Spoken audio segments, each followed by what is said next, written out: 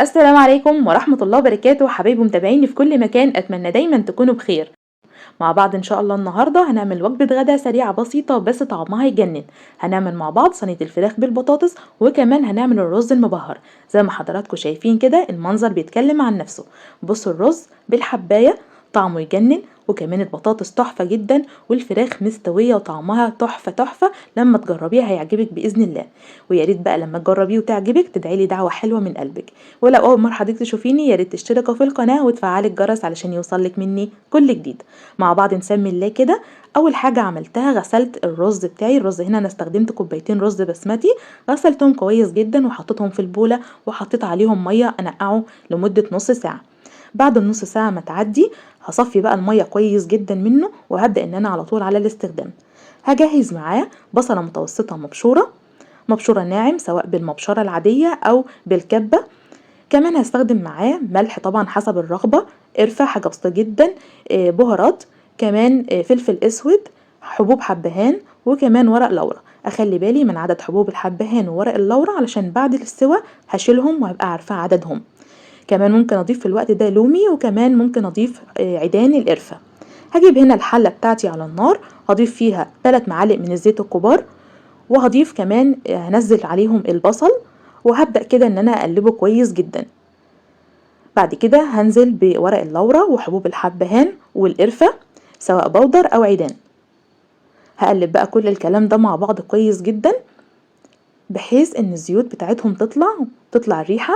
بصوا بقى الريحة والجمال في الوقت ده. هبدأ انزل الرز على المكونات بتاعتي دي وهقلبه كويس جدا. من علامات نجاح الرز عشان يطلع معاكي بالحباية زي ما شفتوه اول الفيديو ان انت تنزليه على الزيت وهو سخن كده وتقلبيه كويس جدا. هبدأ بقى اضيف التوابل بتاعتي اللي احنا جهزناها في اول ما شفتوها معايا، اللي هي الملح وباقي البهارات، وهقلب كويس جدا كده. في الوقت ده بكون مسخنة مية وهضيفها عليه على طول وهي سخنة سواء في الكاتل او مسخناها على البوتاجاز عادي. هنزل بيه كده وهي سخنة زي ما حضراتكم شايفين. برضو دي من علامات نجاح الرز بتاعنا. وهقلب بقى كل الكلام ده مع بعضه كويس جدا. بصوا بقى نسبة المية انا مش عايزاها كتير لان هو كان طبعا متنقع في مية، فانا مش هزود عليه نسبة المية، يدوبك تغطيه بس. هقلب كده كويس جدا. وطبعا النار عالية، لدرجة حرارة عالية. هسيبه بقى واغطيه لغاية المية ما تتشرب. هبدأ ان انا اهدي النار خالص عليه لغاية ما يستوي معايا. بصوا بقى هو استوى اهو زي ما حضراتكم شايفين بالحباية. وهنسيبه بقى وهنبدأ نجهز الفراخ بتاعتنا. هجهز بقى الفراخ بتاعتي كده. انا معايا 3 وراك من الفراخ. ممكن تستخدمي صدور زي ما انت عايزة براحتك خالص، او ده وده مع بعض. جهزت هنا البطاطس بتاعتي حوالي 4 حبات متوسطة، قشرتهم وقطعتهم زي ما حضراتكم شايفين، كمان بصلتين كبار وحوالي 5 فصوص من الثوم. ومعايا كمان الفلفل قطعتهم مكعبات صغيرة برضو حوالي 5 حبات. وكمان الطماطم قطعتها طرنشات زي ما حضراتكم شايفين كده. التوابل بتاعتنا ورق لورا، بهارات فراخ طبعا، ومعايا كمان فصوص من الحبهان بس فتحتها، وزعتر، وكمان ملح وفلفل اسود وكمون. تمام كده. هبدأ بقى اجيب حلة على النار او صينية علشان هي دي اللي هندخلها الفرن مرة واحدة. هضيف عليها معلقتين من الزيت. هنزل بالبصل والثوم، هقلبهم كويس جدا بالمعلقة. بس مش عايزة اللون لان طبعا الثوم لو اخد لون هيتغير طعم الوصفة خالص. بدلهم كده حاجة بسيطة خالص واقلبهم بالمعلقة. وهبدأ انزل بقى بالتوابل بتاعتي طبعا بنصها، مش هحط كل التوابل. هحط ورق اللورا الاول، وبعد كده فصوص الحبهان والزعتر. طبعا الزعتر ده خطير جدا مع الفراخ، ان شاء الله لما تجربيه هيعجبك جدا. هقلبهم كده تقليبة سريعة. وهنزل بقى بنص البهارات اللي معايا، حتى الملح هنزل بنص الكمية علشان بس ابهر البصل بتاعي ده. وطبعا البهارات دي هتدي طعم للفراخ. وبعد كده لما احط بقية المكونات بتاعتي هضيف باقي التوابل بتاعتنا. هنزل كده بالفراخ اديلها صدمة من الجنب ده والجنب ده طبعا، بس هستنى شوية يعني احطها على الجنب ده وهستنى كده دقيقتين، وبعد كده اقلبها على الجنب التاني دقيقتين كمان زي ما حضراتكم شايفين كده. هبدأ بقى ان انا احركها كده علشان طبعا ما تلزقش في الصينية بتاعتنا. مجرد ما تحركيها خلاص بقى انت بتقلبيها على الجنب التاني علشان تاخد من نفس طعم التوابل اللي انت حطيتيها والبصل والثوم. قلبتها كده بقى على الجنب التاني اهو علشان تاخد من نفس الطعم زي ما قلت لحضرتك. تمام كده زي الفل لغايه ما تحس ان اللون بتاعها غير ما بقاش فاتح كده. بصوا بقى شكلها عامل ازاي، تحفه جدا، والريحه بقى بتاعتها خطيره. مجرد ما تاخد اللون بقى اللي انا عايزاه ده هطلعها في طبق.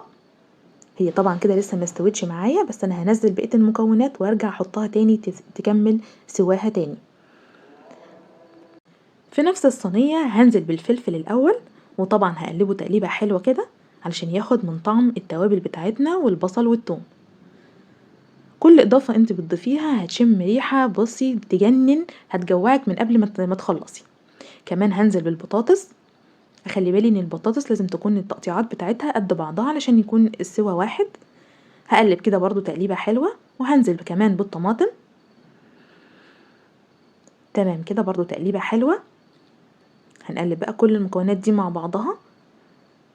خلاص كده تعتبر اكلتنا خلاص خلصت، وصفتنا سهله وبسيطه خالص. هنضيف اخر حاجه البهارات بتاعتنا، وكمان هضيف ربع كوبايه من الميه السخنه.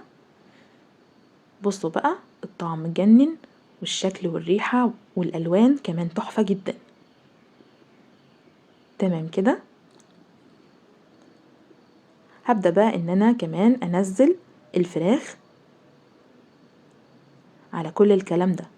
طبعا الفراخ هتاخد من طعم الخضروات، والخضار كمان هياخد من طعم الفراخ.